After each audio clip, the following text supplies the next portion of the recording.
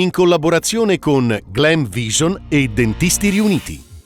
Devastante incendio boschivo a Prato dello Stelvio. Il rogo è sotto controllo, ma ancora focolai attivi. Un enorme grazie a tutte le forze in campo. Trento. Minaccia con un cacciavite una donna al bancomat e le ruba i soldi appena prelevati. Una volta rintracciato si barrica in casa, fermato con il taser. Momenti di terrore a Mezzolombardo, scappano dopo un incidente frontale. Una persona esplode un colpo di pistola. Forze dell'ordine al lavoro. Trentino Music Arena e biglietti invenduti.